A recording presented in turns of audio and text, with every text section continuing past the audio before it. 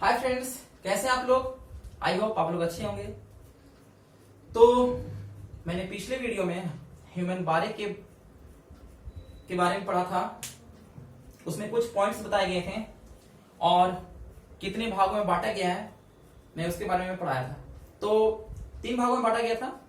First hind brain, second mid brain और third में fore brain. तो हाइंड ब्रेन के बारे में 2 पॉइंट्स बताए थे जिसके 3 पार्ट होते हैं। पहला सेरिबेलम, पोन्स और मेडुला ओब्लोंगाटा। तो सेरिबेलम और पोन्स के बारे में बताया गया था। हम मेडुला ओब्लोंगाटा के बारे में पढ़ रहे थे। तो चलिए मैं इसके बारे में पढ़ा रहा हूं। मेडुला ओब्लोंगाटा,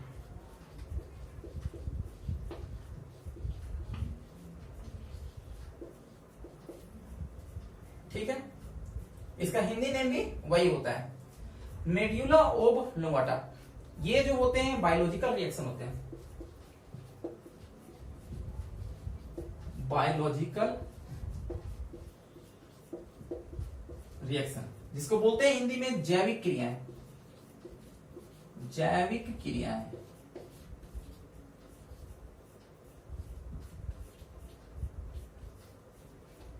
ठीक है। बायोलॉजिकल रिएक्शन 2 टाइप के होते हैं। पहला विटल रिएक्शन, दूसरा एसेसरी।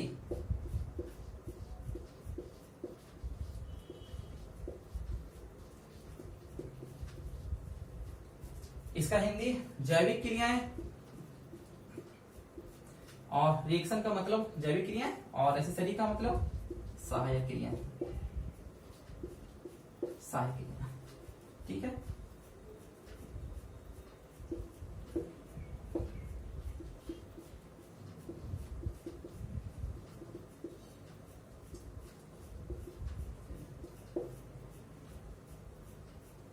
क्रिया, चलिए अब देखते हैं कि विटल रिएक्शन क्या होते हैं और एसेसरी रिएक्शन क्या होते हैं। चलिए विटल रिएक्शन के बारे में पढ़ते हैं। वैसी क्रियाएं जो अनैच्छिक होती है लेकिन हम उसे नहीं रोक सकते हैं। वैसी क्रियाएं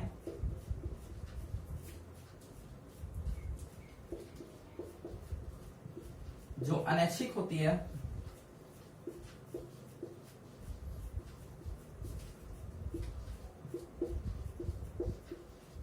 लेकिन हम उसे नहीं रोक सकते।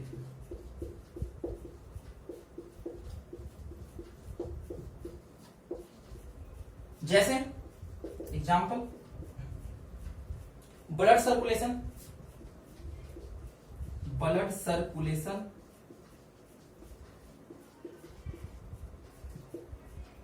रक्त परिसंचरण, डाइजेशन प्रोसेस,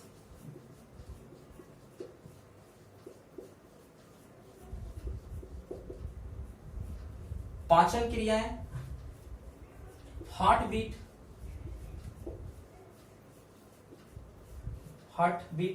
हृदय स्पंदन, रिस्पायरेटरी सिस्टम,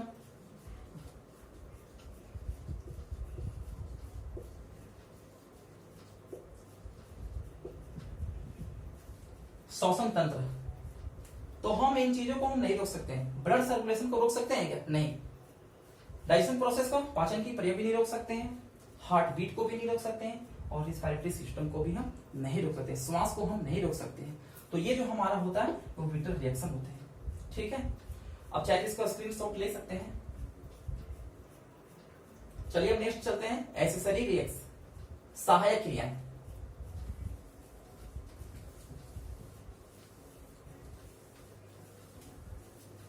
सहायक क्रियाएं। अब सहायक क्रिया क्या होते हैं, ठीक है। वैसी क्रियाएं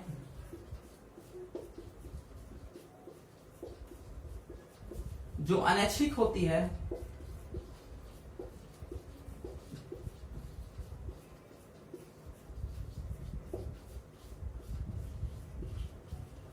लेकिन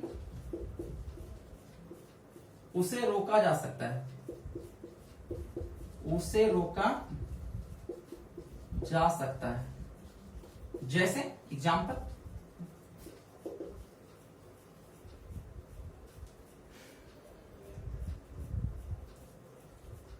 स्नीजिंग, छींक आना, छींके हिंदी में।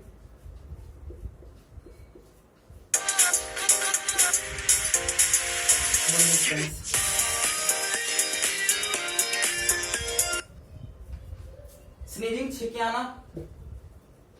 कफिंग, जिसको बोलते हैं खांसना।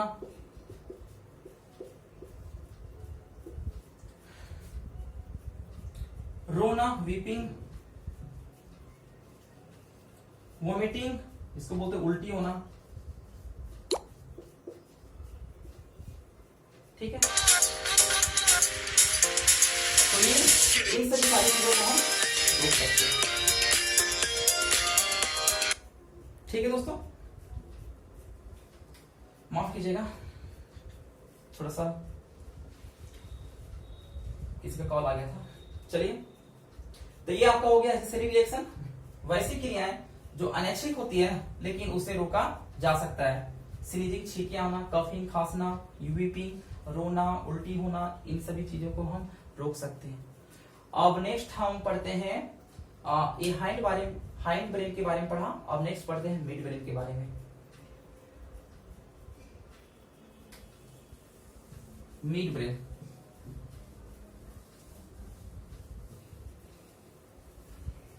चलिए, मिड ब्रेन। मिड ब्रेन को हिंदी में बोलते हैं मध्य मस्तिष्क। इसके क्या काम होते हैं? इसके जो वर्क होते हैं वो 5 संवेदी अंगों को कंट्रोल करते हैं। 5 में से किन्हीं 2 अंग को। तो संवेदी अंग किसको बोलते हैं? Organ, sensory organ. 5 sensory organ होते हैं। 5 सेंसरी ऑर्गन को कंट्रोल करना। ठीक है, सेंसरी ऑर्गन, ज्ञानेंद्रियां जानते हैं कि 5 होते हैं। कौन कौन से? आई, ईयर, नोज, स्किन और टंग। आंख, कान, नाक, त्वचा, जीभ। ठीक है, तो मिड ब्रेन का काम होता है कि आई और ईयर ये दोनों वर्क को कंट्रोल करते हैं। आई से और ईयर से, दोनों का वर्क तो जानते ही हैं, देखना, सुनना। ठीक है, ये दोनों के काम को कंट्रोल करते हैं मिड ब्रेन। अब नेक्स्ट पढ़ते हैं अगला ब्रेन,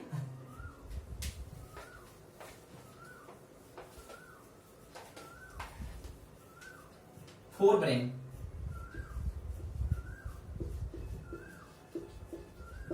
फोर ब्रेन जिसको बोलते हैं अग्र मस्तिष्क।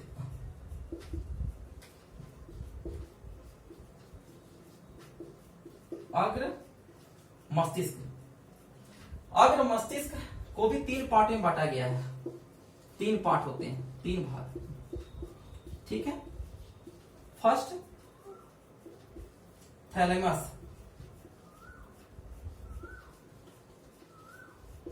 दूसरा हाइपोथैलेमस,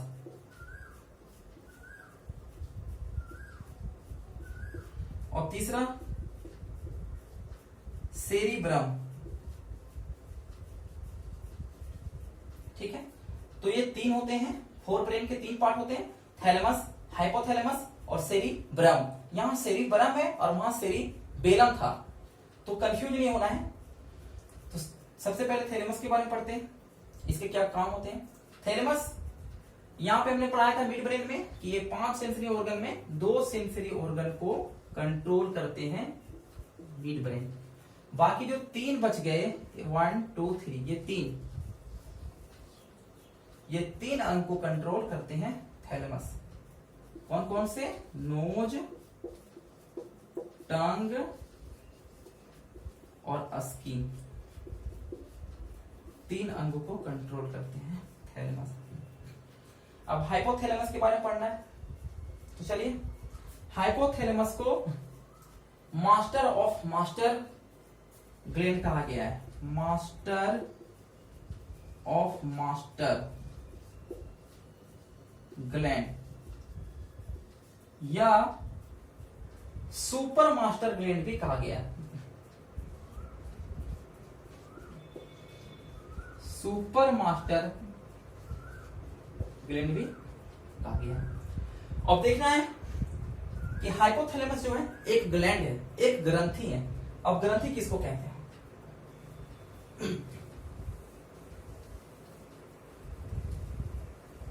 ग्रंथि।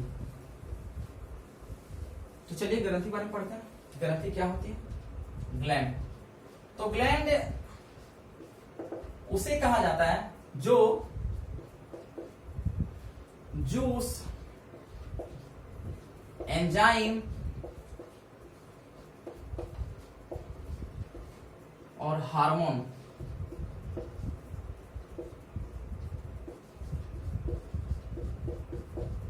बनाता हो। ठीक है, जो जूस, एंजाइम और हार्मोन बनाता हो उसको हम ग्लैंड बोलते हैं। तो हाइपोथैलेमस एक ग्रंथि है। अब इसके कुछ इजी एग्जांपल देखते हैं। ठीक है, हाइपोथैलेमस की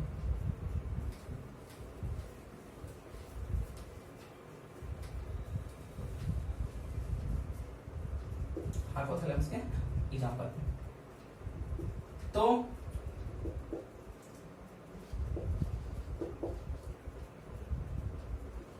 थ्रस्टी जिसको बोलते हैं प्यास, हंगर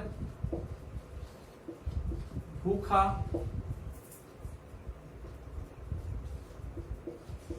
फीलिंग्स अनुभव, एंग्री गुस्सा, लव प्यार, हैट घृणा, मूड विचार, डांसिंग नाचना, कुछ ऐसे भी एक दो एग्जाम्पल और है इट इज। तो थर्स्टी प्यास, हंग्री भूखा, फीलिंग्स अनुभव, एंग्री गुस्सा, लव प्यार, हैट घृणा होना, विचार करना, नाचना, ये सारे जो हैं वो हाइपोथैलेमस के एग्जाम्पल है। अब नेक्स्ट पढ़ते हैं सेरिब्रम के बारे में। ठीक है, चलिए मैं सिमटा देता हूं। सेरिब्रम, सेरिब्रम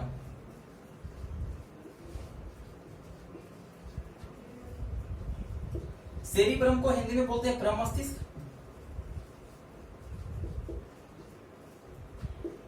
और प्रमस्तिष्क largest forebrain, largest of forebrain, मतलब अग्र मस्तिष्क का सबसे बड़ा भाग का नाम है प्रमस्तिष्क। और ये जो होता है इसका 2/3 भाग होता है। ठीक है, इसे आईक्यू मेमोरी या इंटेलिजेंट माइंड भी कहते हैं।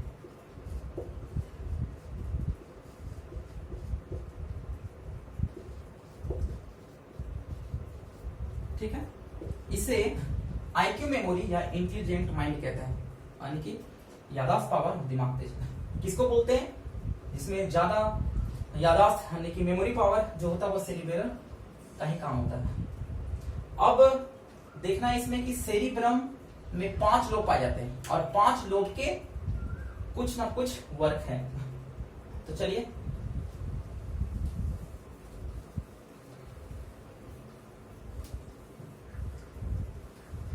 सेरिब्रम, सेरिब्रम में 5 लोब, 5 लोब होते हैं। ठीक है, जिनके नाम इस प्रकार है, मैं इसको लिख रहा हूं।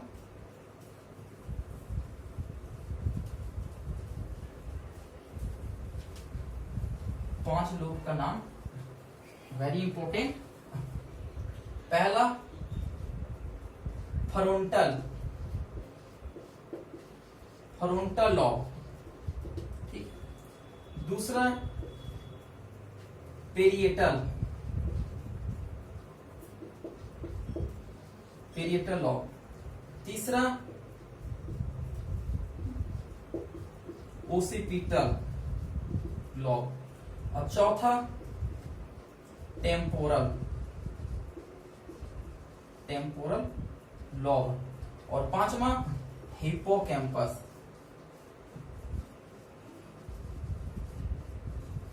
हिप्पोकैम्पस लॉब, ठीक है। चलिए, ये 5 लॉब होते हैं, सिंपल है, आप इसको 3-4 बार पढ़िएगा तो याद हो जाएंगे। Frontal lobe, parietal lobe, occipital lobe, temporal lobe और हिप्पोकैम्पस लॉब, ठीक है। तो फ्रंटल लॉब में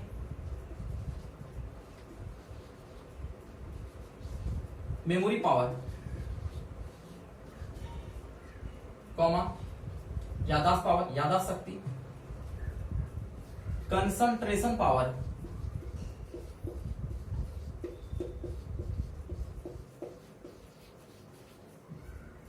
विल पावर, विजडम पावर, ठीक है। इन सब का काम जो होता है फ्रंटल लोब का काम होता है। मेमोरी पावर, याददाश्त शक्ति, कंसंट्रेशन पावर, इसको हिंदी लिखते हैं एकाग्रचित्ता, एकाग्रचित्ता, ठीक है। विल पावर को बोलते हैं विल, ज्ञान शक्ति। और विजडम पावर को बोलते हैं इच्छा शक्ति, इच्छा शक्ति, ठीक है। तो ये फ्रंटल लोब में आते हैं। अगला आ गया आपका पेरिएटल लॉब। पेरिएटल लॉब में मैथमेटिक्स,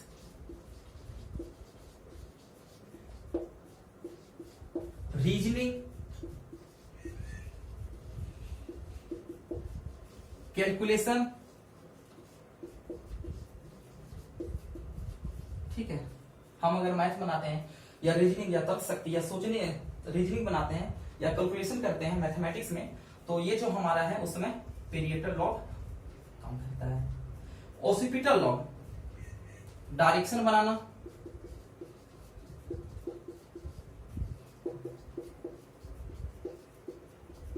और डिस्टेंस बनाना, डायरेक्शन बनाना और डिस्टेंस बनाना, ठीक है। हम कितनी दूरी पे जा रहे हैं, हम किस दिशा की ओर जा रहे हैं, तो उस समय हमारा ओसिपिटल लॉब काम करता है। अगला आता है टेम्पोरल लॉब। टेम्पोरल लॉब में ड्रीम फॉर्मेशन,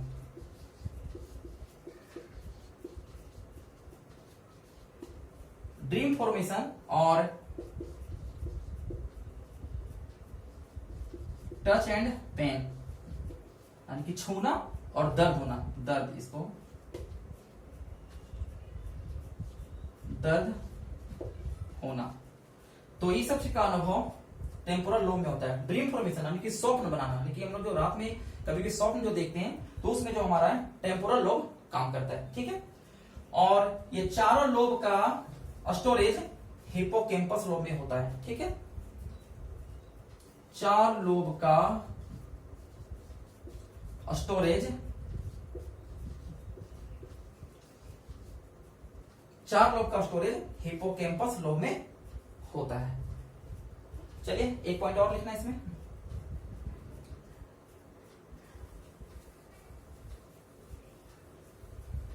मैं सिम डालता हूं या आप इसे स्क्रीनशॉट ले सकते हैं। उम्मीद करते हैं आप लोग ले लिए होंगे।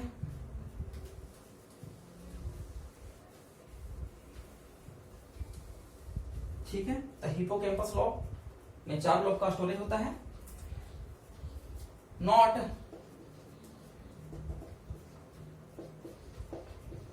ब्रेन का हार्ड डिस्क हिप्पोकैम्पस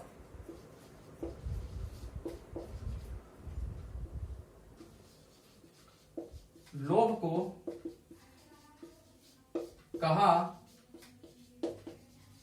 जाता है। ठीक है फ्रेंड्स, तो आज हमने ह्यूमन ब्रेन के बारे में पढ़ा। उम्मीद करते हैं आप लोगों को जरूर समझ में आया होगा। अगर हमारा वीडियो आपको अच्छा लगे तो लाइक, सब्सक्राइब एंड शेयर जरूर कीजिएगा। थैंक्स।